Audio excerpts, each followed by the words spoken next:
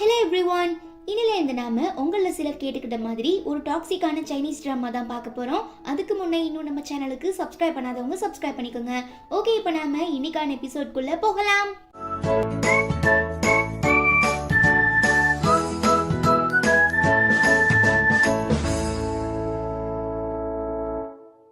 இந்த எபிசோட்கான ஓப்பனிங் சீன்ல கிச்சன்ல ரொம்ப கஷ்டப்பட்டு வேலை பார்த்துட்டு இருக்க நம்ம ஹீரோயினை அவங்க ஹஸ்பண்ட் பயங்கரமா டார்ச்சர் பண்ணி செடியூஸ் பண்ண பாக்குறாரு. யாராவது பார்த்துட்டா என்ன நினைப்பாங்க, ப்ளீஸ் என்ன விட்டுருங்கன்னு ஹீரோயின் எவ்வளவோ கெஞ்சிரா. இதெல்லாம் நீ 3 வருஷத்துக்கு முன்ன என்ன செடியூஸ் பண்ணப்ப யோசிச்சிருக்கணும். நீ மட்டும் அன்னைக்கு அப்படி ஒரு காரியத்தை பண்ணலனா இந்நேரத்துக்கு நான் ஆசைப்பட்ட பொண்ணை மேரேஜ் பண்ணிக்கிட்டு வாழ்க்கையில செட்டில் ஆகியிருப்பேன். பட் நீ பணக்கார வீட்டுல வாக்கப்படணுங்கிறதுக்காக என்ன செடியூஸ் பண்ண. சோ என்னோட தாத்தாவுமே அந்த பொண்ணை ரிஜெக்ட் பண்ணிட்டு உன்னை என் தலையில கட்டி வச்சிட்டாரு. என்னோட வாழ்க்கையவே நீ வீணாக்கிட்ட. அதான் நீ இதை நினைச்சு கடைசி வரைக்கும் கஷ்டப்படணுங்கிறதுக்காக தான் இப்படி நான் உன்னை டார்ச்சர் பண்ணிட்டு இருக்கேன்னு சொல்றான். உனக்கு தான் என்ன பிடிக்கல, அப்புறம் எதுக்கு இப்படி கண்டினியூஸா ஹராஸ் பண்ணிட்டு இருக்க, தயவு செஞ்சு என்ன டிவோர்ஸ் பண்ணிருன்னு ஹீரோயின் கெஞ்சுறாங்க. அப்படி நான் உன்னை விட்டுட்டா நான் இழந்த வாழ்க்கை எனக்கு திரும்ப கிடைக்குமா? நீ பாட்டும் வேற எவனையாவது கல்யாணம் பண்ணிக்கிட்டு வாழ்க்கையில செட்டில் ஆகி சந்தோஷமா வாழ ஆரம்பிச்சிருவ. அப்படியெல்லாம் உன்னை நிம்மதியா இருக்க நான் விட மாட்டேன். நீ கடைசி வரை என்கிட்ட ஒரு அடிமையா இருந்து நீ பண்ண தப்பெல்லாம் நினைச்சு நொந்து நூடுல்ஸ் ஆகி வேதனைப்பட்டு சாகிறத நான் என் கண்ணால பாக்கணும்னு சொல்லி மனசாட்சி இல்லாத மிருகம் மாதிரி நடந்துகிட்டு ஹீரோயினை ஹராஸ் பண்ணிடுறான். பாவம் நம்ம ஹீரோயின் சரியா எழுந்து கூட நிக்க முடியாம ரொம்ப கஷ்டப்பட்டு வெளியில நடந்து வரும்போது அவனோட அம்மா பார்த்துட்டு கிச்சன்ல கூட என் பையனை நீ விட்டு வைக்க மாட்டியான்னு கேட்க, நான் இந்த தப்பும் பண்ணல, உங்க பையன் தான் என்ன கட்டாயப்படுத்தினாருன்னு ஹீரோயின் சொல்லவும் எந்த அம்மா தான் தான் பையன் மேல இருக்கிற தப்ப ஒத்துக்குவாங்க. சோ வழக்கம் போல தேவையில்லாம ஹீரோயினை கண்ணா பின்னான்னு அசிங்கமா திட்டிட்டு சீக்கிரமா எனக்கு சாப்பாடு ரெடி பண்ணி எடுத்துட்டு என் ரூமுக்கு வான்னு சொல்லிட்டு போயிடுறாங்க. கொஞ்சம் கூட ரெஸ்ட் எடுக்க விடாம ஹீரோயினை பயங்கரமா வேலை வாங்குறாங்க. அப்ப அங்க வர ஹீரோயின் ஹஸ்பண்ட், அதாவது மிஸ்டர் ஃபேங்கோட எக்ஸ் கேர்ள் ஃப்ரெண்ட், உன்னை பார்த்தாலே எனக்கு ரொம்ப அருவருப்பா இருக்கு, ஆனா இன்னும் ஏன் ஹீரோ உன்னை டிவோர்ஸ் பண்ணாம அப்படியே வச்சிருக்காங்கிறது தான் எனக்கு புரியலன்னு சொல்ல, ஹீரோயின் கோவப்பட்டு உன் வேலை என்னமோ அதை மட்டும் பாருன்னு சொல்லவும், நான் உனக்கு $3 மில்லியன் செக் தரேன், ஒழுங்கா ஹீரோவை டிவோர்ஸ் பண்ணிட்டு நீ இங்கே இருந்து கிளம்புன்னு சொல்லவும், நீ மட்டும் 3 வருஷத்துக்கு முன்ன தேவையில்லாத பிரச்சனை பண்ணாம இருந்திருந்தீனா இந்நேரத்துக்கு நானும் சந்தோஷமா இருந்திருப்பேன், நீயும் ஆசைப்பட்ட மாதிரி ஹீரோவை மேரேஜ் பண்ணிருக்கலாம். ஆனா நீ ஹீரோவை ஏமாத்தி பணத்துக்கு ஆசைப்பட்டு ஃபாரினுக்கு ஓடி போயிட்ட, அதனாலதான் இந்த எல்லா ப்ராப்ளமும். சோ இதுக்கப்புறம் நீ ஹீரோவை பத்தி என்கிட்ட ஏதாவது பேசுன நான் மனுஷியா இருக்க மாட்டேன், ஒழுங்கா இங்க இருந்து போன்னு ஹீரோயின் கத்துறாங்க. அதான் நான் இப்ப திரும்ப வந்துட்டேன்ல, ஒழுங்கா ஹீரோ விட்டுட்டு போயிடு, ஹீரோ எனக்கு மட்டும்தான் சண்டை போடவும், இனி நீ ஏதாவது பேசுறதா இருந்தா ஹீரோவோட தாத்தாவை மீட் பண்ணி பேசிக்கோ, தேவையில்லாம என்கிட்ட பிரச்சனை பண்ணிட்டு இருக்காதுன்னு சொல்லி ஹீரோயின் அவ கண்ணத்துல பலாருன்னு அரைஞ்சிடுறாங்க. அப்பன்னு பார்த்து ஹீரோ வரவும், அவ்வளோதான் இந்த நேனி ஆக்டிங்க போட ஆரம்பிச்சிடுறா. ப்ளீஸ் என்ன அடிக்காத, தயவு செஞ்சு விட்டுரு, நான் ஒன்னும் உன் கூட ஹீரோக்காக போட்டி போடல, நீ என்ன தப்பா புரிஞ்சுக்கிட்டேன்னு நினைக்கிறேன்னு சொல்லி பேச்ச மாத்தவும், உனக்கு எவ்வளவு தைரியம் தான் நீ நேடி மேலேயே கை வச்சிருப்பன்னு சொல்லி மிஸ்டர் ஃபேங் ஹீரோயின் அடிச்சிடுறான். அறிவு கெட்டவனே, ஃபர்ஸ்ட் இங்க என்ன நடந்துச்சுங்கிறத தெரிஞ்சுக்கிட்டு அதுக்கப்புறம் பேசுன்னு ஹீரோயின் எவ்வளவோ சொல்றாங்க. நேனிய பத்தி எனக்கு நல்லா தெரியும், கண்டிப்பா அவ பொய் சொல்ல மாட்டா, நீ தான் அவளை அடிச்சிருக்க, ஒழுங்கா மன்னிப்பு கேளுன்னு மிஸ்டர் ஃபேங் ஃபோர்ஸ் பண்றான். இப்படி தப்பே பண்ணாத உன்னோட பொண்டாட்டிய வேற ஒருத்திக்கிட்ட மன்னிப்பு கேட்க சொல்ல உனக்கு கொஞ்சம் கூட வெக்கமா இல்லையா? இப்படி 3வது மனுஷங்களுக்கு முன்னாலேயும் என்ன அவமானப்படுத்திட்டு இருக்கேன்னு ஹீரோயின் கேட்க, நீ பண்ண பாவத்துக்கு அனுபவிக்க வேண்டியது இன்னும் நிறைய இருக்கு, ஒழுங்கா நேனிக்கிட்ட மன்னிப்பு கேளுன்னு கழுத்தை பிடிச்சி நெரிக்கவும், என்னால நீங்க 2 பேரும் சண்டை போட்டுக்க வேணாம், தப்பு நான் பண்ணதாவே இருக்கட்டும், தயவு செஞ்சு ஹீரோயினை விட்டுருங்க, அப்புறம் எனக்கு நெஞ்சு வலிக்கிற மாதிரி இருக்கு, ரொம்ப கஷ்டமா இருக்கு, ப்ளீஸ் என்ன ஹாஸ்பிட்டலுக்கு அழைச்சிட்டு போக முடியுமான்னு நேனி கேட்க, ஐயோ நான் இருக்கும்போது நீ எப்படி கஷ்டப்படலாம், வா பேபி போலான்னு சொல்லி மிஸ்டர் ஃபேங் அழைச்சிட்டு போறான். எனக்கு ரொம்ப சிவியரா வயிற்று வலிக்குது, என்னால சுத்தமா முடியல, ப்ளீஸ் என்னையுமே ஹாஸ்பிட்டலுக்கு அழைச்சிட்டு போங்கன்னு ஹீரோயின் கெஞ்சவும், உன்னால மட்டும் எப்படி மத்தவங்களை கஷ்டப்படுத்திட்டு இப்படிலாம் நடிக்க முடியுது, நீ ஹெல்தியா தான் இருக்கங்கிறது எனக்கு நல்லா தெரியும், சோ நடிப்பை குறைச்சிட்டு வீட்டு வேலையை பார்க்க ஆரம்பின்னு சொல்லிட்டு ஹீரோ நானி அழைச்சிட்டு அங்கே இருந்து போயிடுறான். பாவம் நம்ம ஹீரோயின் வயிற்று வலி தாங்க முடியாம துடிச்சிட்டு இருக்கச்ச கரெக்டா அவங்க ஃப்ரெண்டு ஒருத்தர்கிட்ட இருந்து கால் வரவும், என்னால சுத்தமா முடியல, ப்ளீஸ் வந்து என்ன ஹாஸ்பிட்டலுக்கு அழைச்சிட்டு போன்னு கெஞ்சுறாங்க. அவருமே ரொம்ப பத்திரமா ஹீரோயினை ஹாஸ்பிட்டலுக்கு அழைச்சிட்டு வந்து டாக்டர் கிட்ட கன்சல்ட் பண்ணதுக்கு அப்புறம் தான் ஹீரோயின் 8 வாரம் பிரெக்னண்டா இருக்கிற விஷயம் தெரிய வருது. செம ஷாக் ஆகிடுறாங்க. இந்த விஷயத்தை நாம மிஸ்டர் ஃபேங் கிட்ட சொல்லலாமான்னு ஹீரோயின் ஃப்ரெண்டு மிஸ்டர் வென்சான் கேட்கவும், அந்த காட்டு மிராண்டிக்கு தெரிய வந்துச்சுன்னா கண்டிப்பா என்னோட குழந்தைய கொன்னுடுவான்னு ஹீரோயின் சொல்றாங்க. மிஸ் யூ, இப்போ நீங்க ரொம்பவே வீக்கா இருக்கீங்க, சோ இந்த குழந்தைய பெத்துக்கிறது ரொம்ப கஷ்டம், ஒருவேளை நீங்க அபார்ட் பண்ணணும்னு நினைச்சா கூட கண்டிப்பா அடுத்த தடவை உங்களுக்கு குழந்தை பிறக்க சான்ஸே இருக்காது, சோ என்னவா இருந்தாலும் நீங்க தான் முடிவு பண்ணணும்னு டாக்டர் சொல்றதுனால மனசுடைஞ்சு போயிடுற நம்ம ஹீரோயின் இதை பத்தியே யோசிச்சுட்டு வெளியில வரும்போது ஹீரோயினை தேடி மிஸ்டர் ஃபேங் ஹாஸ்பிட்டலுக்கே வந்துடுறான். பக்கத்துல நம்ம வெஞ்சான் நிக்கவும், நான் வெளியில போயிருந்த கொஞ்ச கேப்ல நீ வேற ஒரு பையனை புடிச்சிட்டியா, நீ இவ்ளோ கேவலமான பொண்ணா இருப்பன்னு நான் கொஞ்சம் கூட நினைக்கல. ஆனா நீ என்னோட ஒய்ஃப், அதே நேரம் நானி கிட்ட மன்னிப்பு கேட்டே ஆகணும், வா என் கூடன்னு சொல்லி ரொம்ப கட்டாயப்படுத்தி இழுக்கவும், மிஸ்டர் ஃபேங் கொஞ்சமாவது மனுஷத்தன்மையோட நடந்துக்கங்கன்னு வெஞ்சான் சொல்ல, என் ஒய்ஃப் கிட்ட எப்படி நடந்துக்கணுங்கிறது எனக்கு தெரியும், தேவையில்லாத நீ எல்லாம் எனக்கு அட்வைஸ் பண்ணக்கூடாதுன்னு மிஸ்டர் ஃபேங் கோவப்படவும், எங்க தனக்கு சப்போர்ட் பண்ண போய் வெஞ்சான் வேற ஏதாவது பிரச்சனையில மாட்டிப்பானோன்னு சொல்லி, நீங்க போங்க நான் ஹேண்டில் பண்ணிக்கிறேன்னு அவன் அங்க இருந்து அனுப்பி வச்சதுக்கு அப்புறம் ஹீரோயினை தரதரன்னு இழுத்துட்டு போய் தள்ளிவிட்டு நேனி கிட்ட மிஸ்டர் ஃபேங் மன்னிப்பு கேட்க சொல்றான். எத்தனை தடவை சொன்னாலும் உனக்கு புரியாதா, நான் எந்த தப்புமே பண்ணலன்னு ஹீரோயின் அழுகுறாங்க. அப்போ இப்ப நான் என் கண்ணால பார்த்ததெல்லாம் பொய், உனக்கும் அந்த பையனுக்கும் நடுவுல எந்த அஃபேரும் இல்ல, இதை நான் நம்பணும். இங்க பாரு, என் பொறுமைக்குமே ஒரு அளவு இருக்கு, ஒழுங்கா நேனி கிட்ட மன்னிப்பு கேளுன்னு மிஸ்டர் ஃபேங் ஃபோர்ஸ் பண்றான். மிஸ்ஸஸ் யூ, அதான் ஹீரோ இவ்ளோ சொல்றாருல, பேசாம தன்மானத்தை விட்டு கொடுத்துட்டு என்கிட்ட மன்னிப்பு கேட்டுருங்க, அதுக்கப்புறம் எந்த பிரச்சனையும் இல்லாம இருக்கலான்னு நேனி சொல்ல, பாத்தியா நீ அவளை கஷ்டப்படுத்தியுமே நேனி உன்கிட்ட எவ்வளோ பாசமா அன்போட நடந்துக்கிறா, இதுதான் நேனி, ஒழுங்கா அவகிட்ட மன்னிப்பு கேளுன்னு கத்துறான். ஐயோ உனக்கு எவ்வளவு சொன்னாலும் புரியாதா, பாதிக்கப்பட்டது நான், ஆக்சுவலா அவ தான் என்கிட்ட மன்னிப்பு கேட்கணும், பட் நான் அதை கூட எதிர்பார்க்கல, தயவு செஞ்சு என்னை விட்டுருங்கன்னு ஹீரோயின் கெஞ்சுறாங்க. மிஸ்டர் ஃபேங்குமே இதை பத்தி யோசிக்க ஆரம்பிக்கிறான், பட் அவனை டைவர்ட் பண்றதுக்காக, மிஸ்ஸஸ் யூ நீங்க என்ன தப்பா புரிஞ்சுக்கிட்டீங்கன்னு நினைக்கிறேன், எனக்கும் ஃபேங்குக்கும் நடுவுல எந்த தப்பான ரிலேஷன்ஷிப்பும் இல்ல, நாங்க 2 பேரும் ஜஸ்ட் ஃப்ரெண்ட்ஸ் அவ்வளவுதான்னு சொல்லவும், திரும்ப கோவப்படுற ஃபேங் ஹீரோயினை கண்ணா பின்னான்னு திட்ட ஆரம்பிச்சிடுறான். ஹீரோயினுமே அழுகுறாங்க. Mister FAANG if you don't mind, நீங்க கொஞ்சம் வெளியில வெயிட் பண்ண முடியுமா, பிரச்சனை எனக்கும் ஹீரோயினுக்கும் நடுவுல தானே, ஸோ நான் அவகிட்ட டீட்டெயிலா எல்லாத்தையும் பேசி புரிய வைக்கிறேன், அதுக்கப்புறம் எங்க 2 பேருக்கு நடுவுல எந்த மிஸ் அண்டர்ஸ்டாண்டிங்குமே இருக்காதுன்னு நேனி சொல்ல, ஓகே இது கூட நல்ல ஐடியா தான்னு ரிப்ளை பண்ணிட்டு மிஸ்டர் ஃபேங் வெளியில போனதும், நான் கொஞ்சம் அமைதியா இருந்தா இந்நேரத்துக்கு நீ என்ன மாட்டி விட்டுருப்ப, இதுக்கப்புறம் நான் உன்னை சும்மா விட மாட்டேன்னு சொல்லி பிடிச்சி இழுக்கும் போது ஹீரோயின் கையில வச்சிருக்க ஸ்கேன் ரிப்போர்ட் கீழே விழுந்துருது. அவங்க பிரெக்னெண்டா இருக்காங்கிறத புரிஞ்சுக்கிட்டு, இந்த விஷயம் ஹீரோக்கு தெரிய வந்துச்சுன்னா கண்டிப்பா மனசு மாறி உன் மேல பாசமாயிடுவான், அப்புறம் எனக்கு இங்க வேலை இருக்காது, ஸோ எதுவா இருந்தாலும் ஆரம்பத்திலேயே தடுத்து நிறுத்துறது தான் கரெக்ட்னு சொல்லி நேனி ஃபர்ஸ்ட் கத்தியால ஹீரோயின் வயித்துல குத்திட்டு, அந்த கத்தியை ஹீரோயின் கையில கொடுத்து அதை தன்னோட வயித்துல குத்திக்கிட்டு ஹீரோயின் தன்னை கத்தியால குத்துன மாதிரி ஒரு சீனை கிரியேட் பண்ணி கத்த ஆரம்பிச்சிடுறா. சோ மிஸ்டர் ஃபேங் வந்து பார்க்கும்போது நேனி ஆக்டிங்க போடவும், வழக்கம் போல ஹீரோயினை தப்பா புரிஞ்சுக்கிட்டு கண்ணா பின்னான்னு கத்துறான். நான் ஒன்ன மாதிரி முட்டாள இது வரைக்கும் பார்த்ததே இல்ல, உனக்கு கண்ணு இருக்கா இல்லையா, எனக்கும் தானே அடிபட்டிருக்கு, என்னாச்சு ஏதாச்சுங்கிறத நீ என்கிட்ட தெரிஞ்சுக்க மாட்டியான்னு கேட்கவும், எங்க மிஸ்டர் ஃபேங் யோசிக்க ஆரம்பிச்சிருவானோன்னு உஷாராகிடுற நேனி, ஐயோ வலிக்குது என்னால தாங்கிக்க முடியல, பயங்கரமா ரத்தம் ப்ளீட் ஆகுதுன்னு சொல்லி நடிப்பு போடவும், நான் உன்னை வந்து பாத்துக்கிறேன்னு ஹீரோயினை திட்டிட்டு நேனிய சர்ஜரிக்காக அழைச்சிட்டு போறான். பாவம் நம்ம ஹீரோயின் இப்ப பிரெக்னெண்டா வேற இருக்காங்களே, சோ பயத்துல, பாப்பா நீ கவலைப்படாத, அம்மாக்கு என்னானாலும் சரி எப்படியாவது நான் உன்னை காப்பாத்திடுவேன், கண்டிப்பா நீ இந்த உலகத்தை வந்து பாப்பன்னு சொல்லி ஆறுதலா பேசுறாங்க. ஈவன் அதே ஹாஸ்பிட்டல்ல தான் நம்ம ஹீரோயினோட ஃப்ரெண்டு வெஞ்சானுமே இருக்காருல்ல, அவரு ஹீரோயினை காப்பாத்தி ஆபரேஷன் தியேட்டருக்கு அழைச்சிட்டு போகும்போது வழி மறைக்கிற மிஸ்டர் ஃபேங், அங்க நேனி உயிருக்கு போராடிட்டு இருக்கா, இங்க நீ ட்ரீட்மெண்ட்டுக்காக போயிட்டு இருக்கியான்னு கேட்கவும், நான் என்ன சொன்னாலும் நீ நம்ப போறதில்ல, பட் உன்னை சுத்தி இருக்கவங்களாம் உன்னை ஏமாத்துறாங்க, கொஞ்சமாவது நீ பொழைச்சிக்க பாரு, இப்படியே நீ அவங்கள நம்பிட்டு இருந்தீனா கண்டிப்பா கடைசியில ஏமாந்து போறது நீதான், நேனிக்கு எப்படி வயித்துல கத்தி குத்துருக்கோ அதே மாதிரி தானே எனக்கும் இருக்கு, இது எப்படி வந்துச்சுங்கிறத நீ கொஞ்சம் கூட யோசிக்க மாட்டியான்னு கேட்டுக்கிட்டே ஹீரோயின் மயங்கிடுறாங்க. ஆமா ஹீரோயின் தன்னை குத்திட்டான்னு நேனி சொன்னா, அப்புறம் எப்படி ஹீரோயின் வயிற்றுலயுமே இந்த கத்தி குத்து விழுந்திருக்கும்னு சொல்லி யோசிக்கிற மிஸ்டர் ஃபேங் நேனி கண் விழிச்சதுக்கு அப்புறம் இதை பத்தி கேட்கும்போது, நீங்க இப்படிலாம் யோசிச்சு என்ன தப்பா நினைச்சுக்கணுங்கிறதுக்காக தான் ஹீரோயின் என்ன கத்தியால குத்துனதுக்கு அப்புறம் தான் மேல சந்தேகம் வந்துடக்கூடாதுங்கிறதுக்காக அவ வயிற்றுலயே அவ குத்திக்கிட்டான்னு நேனி பிளேட்டை மாத்திடுறா.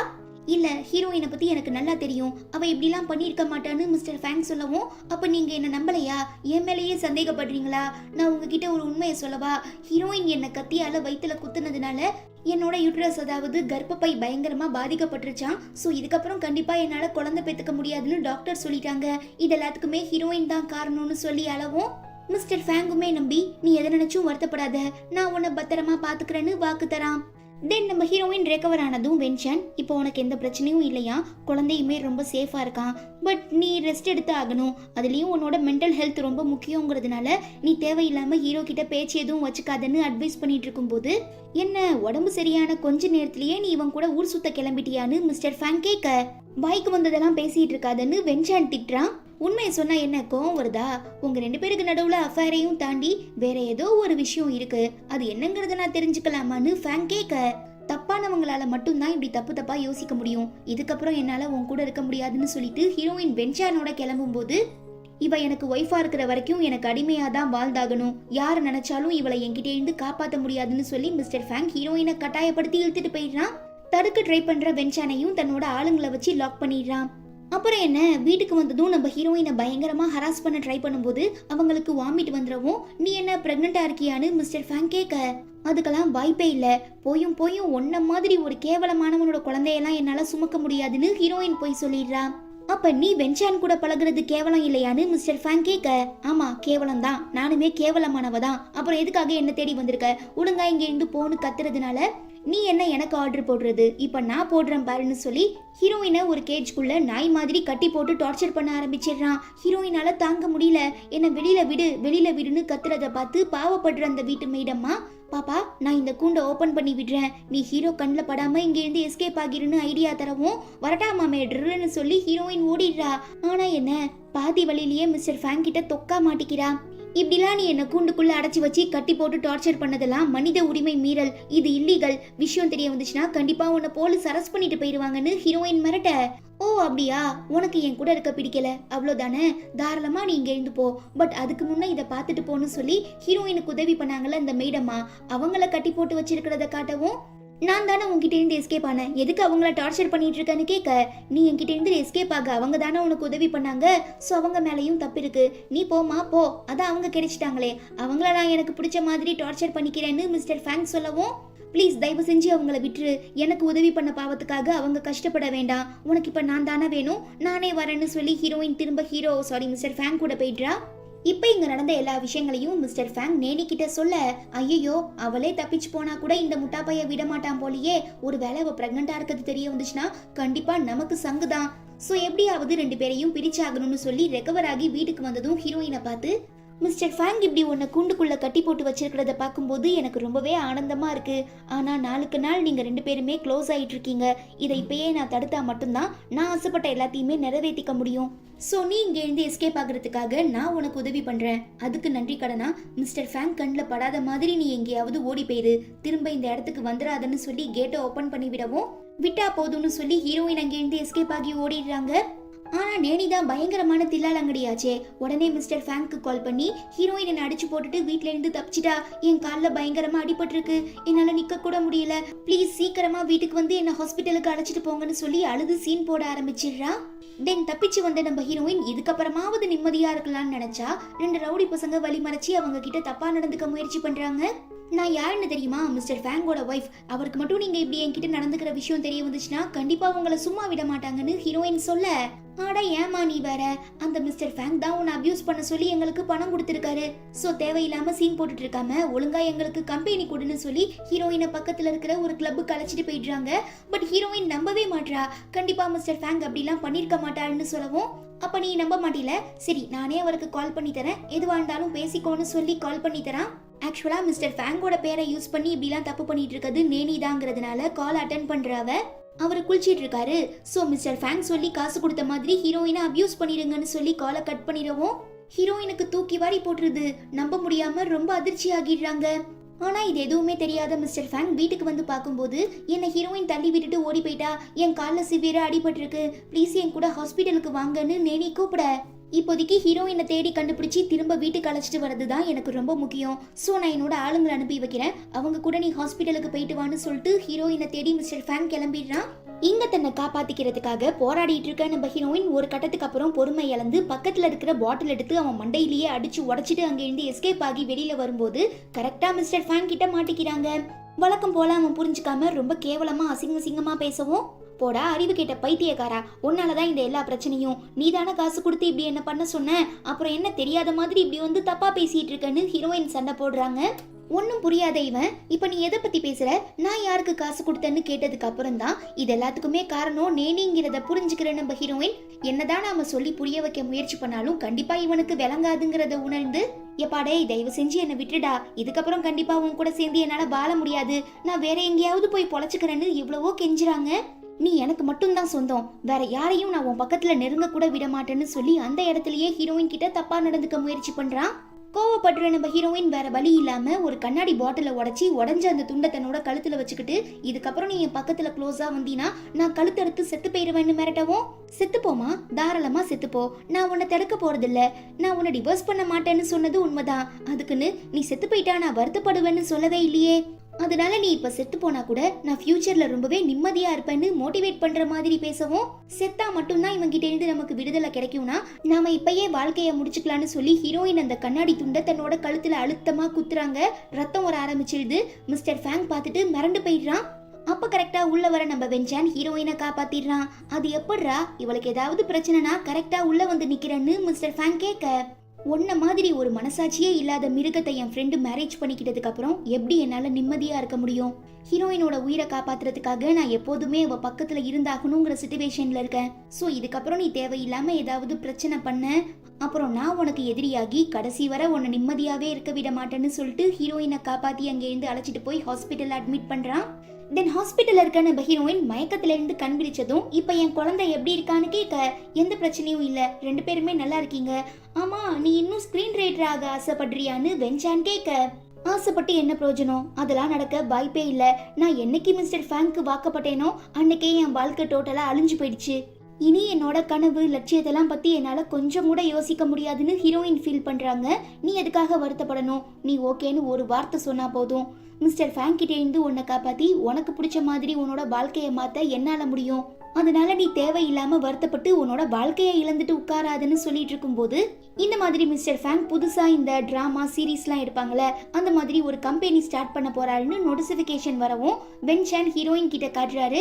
பாத்தியா, இதையும் விட்டு வைக்காம இப்ப என்டர்டைன்மெண்ட் இண்டஸ்ட்ரிக்குள்ளேயும் மிஸ்டர் ஃபேங் வந்துட்டாரு, இதுக்கப்புறம் நான் என்னதான் போராடினாலும் கண்டிப்பா என்னால ஒரு ஸ்கிரீன் ரைட்டரா ஆக முடியாதுன்னு சொல்லி ஹீரோயின் ரொம்ப டிசப்பாயிண்ட் ஆகிடுறாங்க.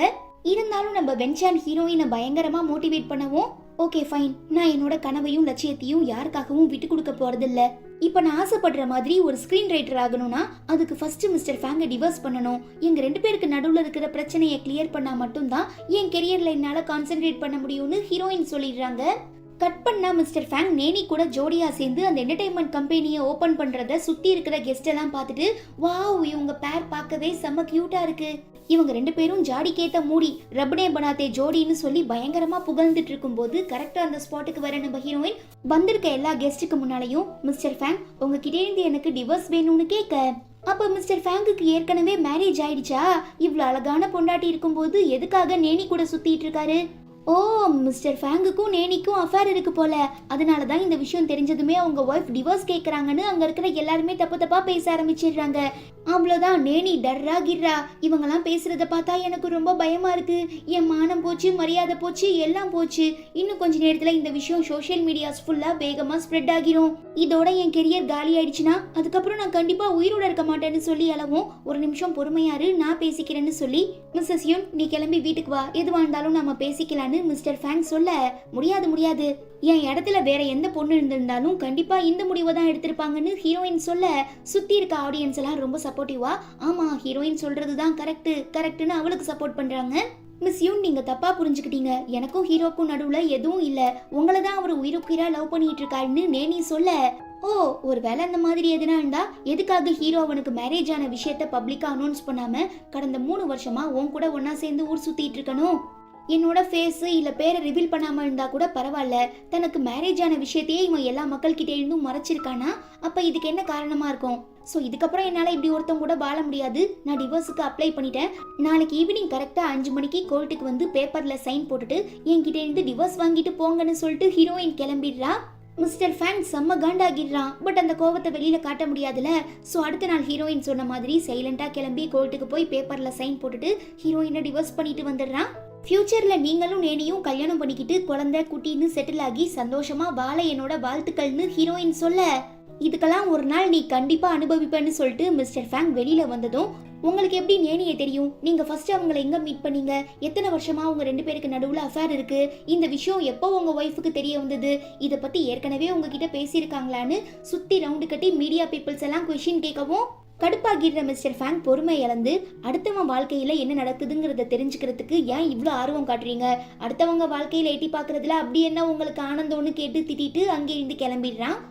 அப்ப கரெக்டா அங்க வர நேனி ஹீரோயின் கண்ணத்துல பலார்னு ஒரு அப்பு அப்பி, உனக்கு எவ்வளவு தைரியம் தான் இப்படி ஒரு காரியத்தை பண்ணிருப்ப, இதனால இப்ப என்னால வெளியில தலை காட்ட முடியல, போற வரவெல்லாம் என்னை பத்தி தப்பு தப்பா பேசிட்டு இருக்கான், இது எல்லாத்துக்கும் நீ தான் காரணம், நீ தான் இதுக்கு ஒரு தீர்வு சொல்லி ஆகணும்னு கேட்டு கத்தவும், இதெல்லாம் நீ பண்ண காரியத்துக்கு உனக்கு தேவைதான்னு ஹீரோயின் சொல்ல, அப்படிலாம் உன்னை சும்மா விட்டுற முடியாதுன்னு சொல்லி திரும்ப நேனி அடிக்க போகும்போது ஹீரோயின் தள்ளி விட்டுடுறாங்க, அவ கீழே விழுந்துடுறா. இதை மீடியாக்காரங்களுமே பார்த்துடுறாங்க.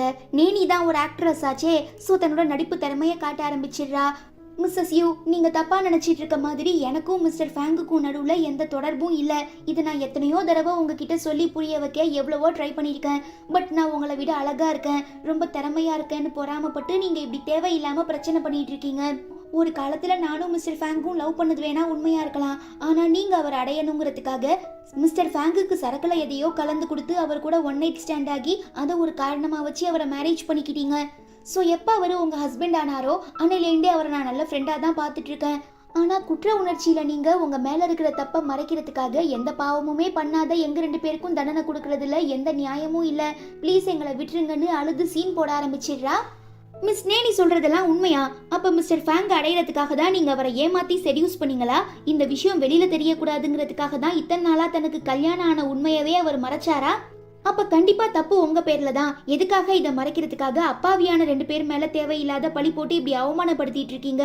நீங்க ரொம்ப தப்பானவங்க, இதுக்கான விளக்கத்தை கொடுங்கன்னு மீடியா பீப்புள்ஸ் எல்லாம் கேட்க, எப்படி இந்த ப்ரெஷரை ஃபேஸ் பண்றதுன்னு தெரியாம பயந்து போயிடுற ஹீரோயின் அப்படியே பேக்வேர்ட்ல நடந்து வரும்போது கால் ஸ்லிப் ஆகி கீழே விழுந்துடுறாங்க.